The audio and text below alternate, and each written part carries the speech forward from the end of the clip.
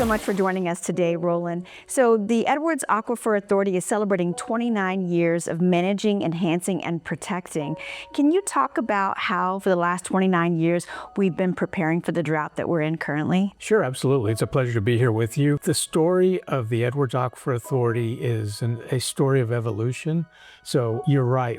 Here we are on anniversary number 29. 29 years, it's hard to believe, and rapidly approaching 30 years of doing this work. And to be honest, in the early days, I think this agency went through the growing pains of, like any agency who's got a new mission, a mission that was very different, that didn't exist, quite frankly, anywhere in the state, to take care of this natural resource, this aquifer that was the sole resource of water for the vast South Central Texas region. So you mentioned that there was a drought of record of 1950s, and it doesn't look like that we will have a repeat of that. But in the last few weeks, we've actually encountered stage 5. That's a historic change. How did we get to that, and what does that look like for permit holders and for the rest of our community? 2.5 million people benefit from this water. So what does that look like, and what does that mean? Well, that's a very good point. We did reach stage 5, and that since we've had a critical period drought management program in place, it's the first time that we reached stage 5. That means 44% reduction in authorized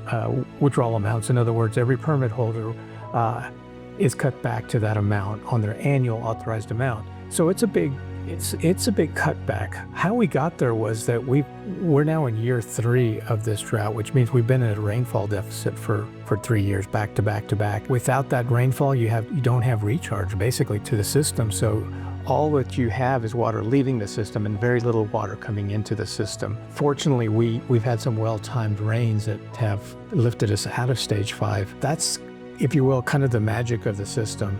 It's just amazing how nature works, because this aquifer, being a limestone aquifer, porous, it's always losing water. Whether you're pumping it out or not, it's always leaving either through springs in various ways. Stage 5 was kind of the kind of milestone you don't necessarily want to see or achieve, but nonetheless, we were able to withstand that. The rain came at the right time, and hopefully we've reversed the trend, or nature has reversed the trend. We will see, but if it doesn't, we're ready. We've done it for the past 3 years, and we'll continue to plug away at what our work is. And that's why we had the tools in place to do that.